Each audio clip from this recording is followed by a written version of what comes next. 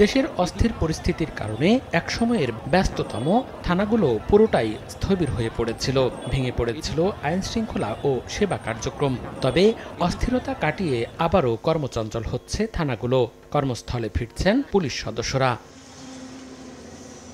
শনিবার সকাল থেকে রাজশাহী নগরীর ৩টি সহ জেলার ৫টি থানায় স্বল্প পরিসরে কাজ শুরু করেন পুলিশ সদস্যরা। তবে অন্তত ৯টি থানার কার্যক্রম চালু করতে আরও সময় লাগবে বলে জানিয়েছেন পুলিশ কর্মকর্তা। বিচ্ছিন্ন কিছু ঘটনার জন্য আমরা আসলে একটু মনোবল আমাদের ভেঙে গেছে, আমরা অনেকটাই মানসিকভাবে দুর্বল হয়ে পড়ছি। আমরা এখান থেকে আশা করি ঘুরে দাঁড়াতে পারবো।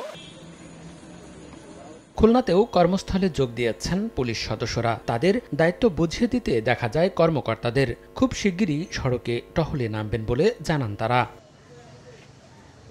চট্টগ্রাম মহানগরীতে কিছু কিছু থানায় সচল হচ্ছে পুলিশি সেবা কার্যক্রম।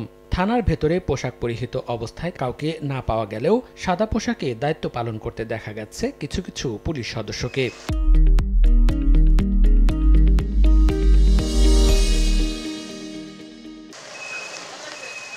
বরিশাল সহ দেশের কিছু কিছু থানায় সীমিত পরিসরে শুরু হয়েছে পুলিশের সেবা কার্যক্রম। থানার বাইরে টহল কার্যক্রম বন্ধ থাকলেও চলছে জিডি ও মামলা গ্রহণের কাজ।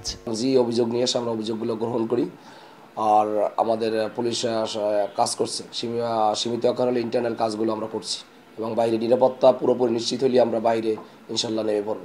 যে কোনো অপ্রীতিকর পরিস্থিতি এড়াতে থানাগুলোতে মোতায়েন রয়েছেন সেনাবাহিনীর সদস্যরা। মনিরুজ্জামান প্রান্ত, সময় সংবাদ।